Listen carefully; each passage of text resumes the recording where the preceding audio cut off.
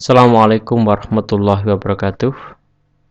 Saudara mahasiswa yang saya banggakan, kita lanjutkan untuk sesi 2 untuk materi hak dan kewajiban warga negara. Di sesi pertama, saya sudah menyampaikan beberapa poin yang berkaitan dengan keberadaan warga negara di dalam sebuah negara, baik dari kontribusi yang diharapkan atau partisipasi yang diharapkan, kemudian ada hak partisipasi yang dimiliki oleh setiap warga negara, sampai kemudian di pemahaman akhir ada pengertian hak dan kewajiban dari warga negara. Nah, untuk sesi yang kedua ini saya akan mengajak diskusi Anda berkaitan dengan ini untuk menentukan status kewarganegaraan, dan juga nanti akan kita diskusikan berkaitan dengan hak dan kewajiban warga negara yang sudah diakomodir di dalam Konstitusi Negara Republik Indonesia. Nah, saudara mahasiswa yang saya banggakan, kalau kita lihat secara umum penentuan status, unsur penentu dari kewarganegaraan itu, yang pertama ada unsur darah keturunan atau ius sanguinis. Jadi kita lihat di sini kalau darah keturunan lebih karena keturunannya, orang tua dari seseorang itu. Kemudian ada ius soli, unsur daerah tempat kelahiran. Dari lahirnya di mana dia akan mendapatkan status kewarganegaraan. Kemudian yang ketiga unsur pewarganegaraan atau naturalisasi. Jadi status kewarganegaraan dari proses pewarganegaraan, baik aktif maupun pasif ini. Nah, kalau kita lihat di sini, kalau ius soli itu ini daerah tempat seseorang dilahirkan yang menentukan kewarganegaraannya.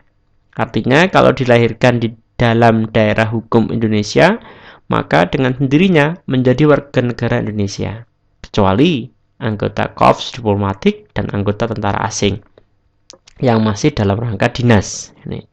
Kemudian kalau ius sanguinis, kewarganegaraan dari orang tua yang menentukan kewarganegaraan seseorang. Artinya kalau orang dilahirkan dari orang tua yang berwarga negara Indonesia, maka dengan sendirinya si anak akan mendapatkan status warga negara Indonesia. Nah, kalau naturalisasi, kita lihat syarat dan prosedur kewarganegaraan ini di berbagai negara dapat berbeda menurut kebutuhan yang dipengaruhi oleh kondisi dan situasi negara masing-masing.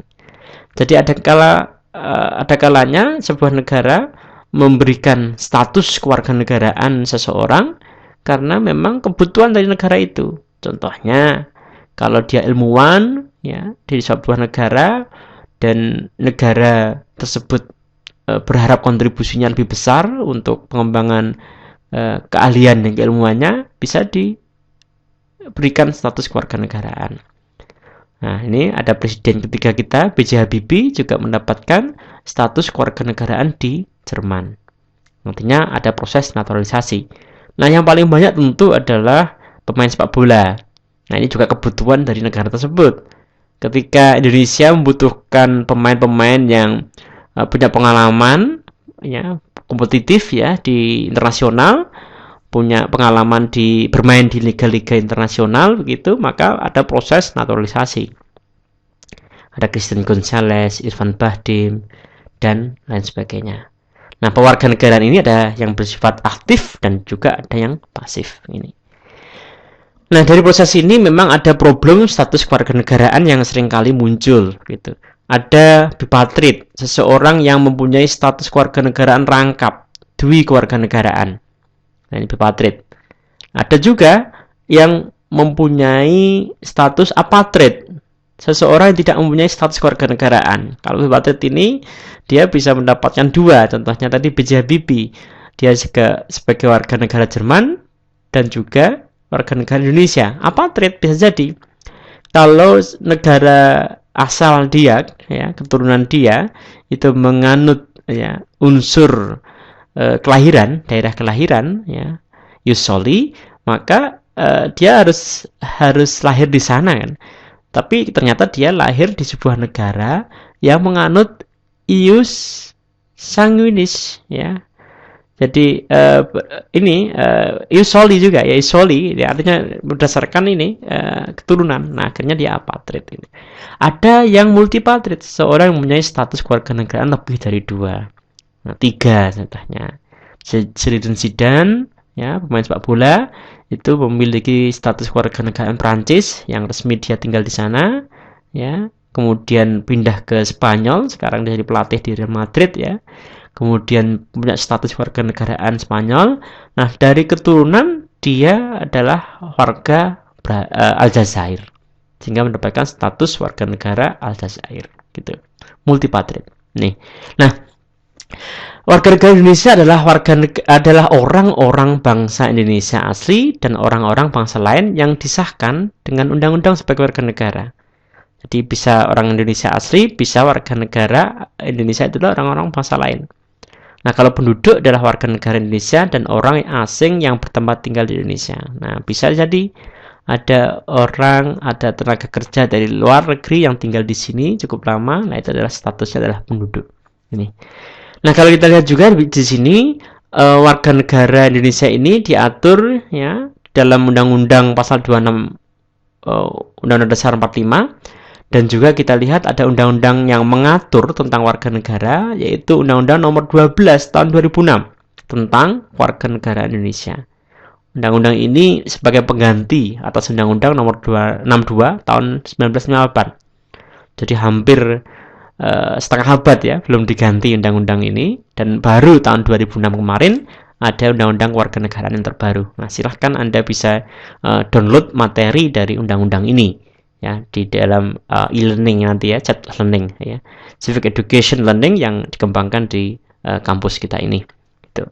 Nah,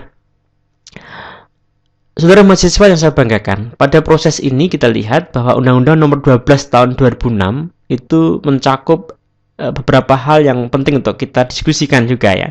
Siapa yang menjadi warga negara Indonesia, syarat dan tata cara memperoleh kewarganegaraan Republik Indonesia, ya, kehilangan kewarganegaraan Republik Indonesia, dan juga syarat dan tata cara memperoleh kembali kewarganegaraan Republik Indonesia. Nah, ini yang ada di dalam Undang-Undang Nomor 12 tahun 2006. Nah, kita juga bisa lihat di dalam undang-undang ini ada azas kewarganegaraan yang dianut di negara ini, yang jadi panduan di negara ini. Ada ius sanguinis, ya. Kemudian ius soli terbatas, kewarganegaraan tunggal, kewarganegaraan ganda terbatas. Nah, ini. Jadi ius sanguinis berdasarkan darah keturunan. Artinya secara otomatis, ya, orang yang punya keturunan Indonesia, ya, tentu sangat berpeluang untuk memperoleh status warganegaraan Indonesia. Ius soli, ya, artinya memang hanya perkecualian yang orang bangsa lain tinggal di sini kemudian lahir. Nah, kalau memang bisa juga menjadi warga negara Indonesia, ya. Keluarga tunggal hanya punya satu status kewarganegaraan. Keluarga ganda juga kita akomodir, tapi untuk kepentingan-kepentingan tertentu. Ya, contohnya ilmuwan tadi, kemudian juga pemain sepak bola, pemain olahraga, dan sebagainya. Nah, artinya memang bisa kita akui ada kewarganegaraan ganda, tapi terbatas, gitu. Nah, kemudian bagaimana kedudukan warga negara dalam konteks hubungan mereka dengan negara?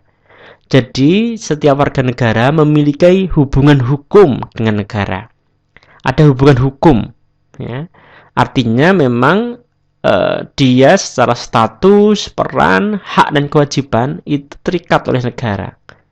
Nah, secara timbal balik, artinya memang negara juga butuh kontribusinya, negara juga harus memenuhi kewajiban, ya, yang diberikan kepada warga negara tersebut.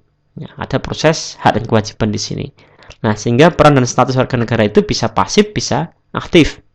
Nah, kalau pasif seperti apa? Kalau pasif ini kepatuhan warga negara terhadap peraturan dan perundangan yang berlaku. Jadi ini pasif sebetulnya. Jadi ketika kita taat rambu-rambu lalu lintas begitu, itu pasif sebetulnya. Ya. Kemudian kita taat bayar pajak, itu pasif. Nah, yang aktif itu apa? Yang aktif itu ketika aktivitas warga negara untuk berpartisipasi bagi masyarakat di negara tersebut. Nah, jadi kita berkontribusi ya, seperti tadi yang di awal tadi Abidin tadi, Pak Abidin yang punya kontribusi yang besar bagi negara, bagi masyarakat di negara tersebut yang bisa mengembangkan lahan tandus contohnya. Itu yang kita harapkan. Ini. Nah, kita juga bisa melihat di sini ya, memang peran aktif yang kita coba kembangkan di dalam pendidikan kewarganegaraan ini. Nah, ini. Nah, kalau hal yang kewajiban warga negara saya kira banyak ya, di pasal 26 ayat 1 ini ya, yang mengatur status kewarganegaraan. Pasal 27 ya, warga negara bersamaan kedudukannya dalam hukum ya. 27 ayat 2 berhak atas pekerjaan dan penghidupan yang layak ya. Kemudian ayat 3-nya berhak dan wajib ikut serta dalam upaya membela negara. Timbal balik hak dan kewajiban gitu.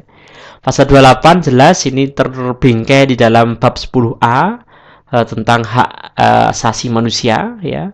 Pasal 28A ini berhak untuk hidup ya, bebas memeluk agama ya, 28E kemudian berhak atas kebebasan meyakini kepercayaan ya, berserikat, berkumpul, wajib berhak dan wajib ikut serta dalam usaha pertahanan keamanan negara. Pasal 30. Nah, ini. Nah, saya kira ini yang terkait dengan materi hak dan kewajiban warga negara. Jadi kita bersama-sama mari kita kuatkan ya, kita tekadkan untuk bisa berkontribusi bagi negara. Mari menghebatkan diri untuk menghebatkan Indonesia. Nah, sehingga kita yakin bahwa Indonesia bisa ini, dan saatnya Anda ini ya, yang saya banggakan, untuk segera beraksi ya. Jangan menunggu lama-lama ya, jangan menunggu besok kalau lulus, tapi sekarang yang apa Anda bisa untuk kontribusi buat negara ini, sekarang saatnya Anda beraksi. Terima kasih untuk paparan di materi yang kedua berkaitan dengan hak dan kewajiban negara. Sampai bertemu lagi di materi-materi selanjutnya. Terima kasih. Assalamualaikum warahmatullahi wabarakatuh.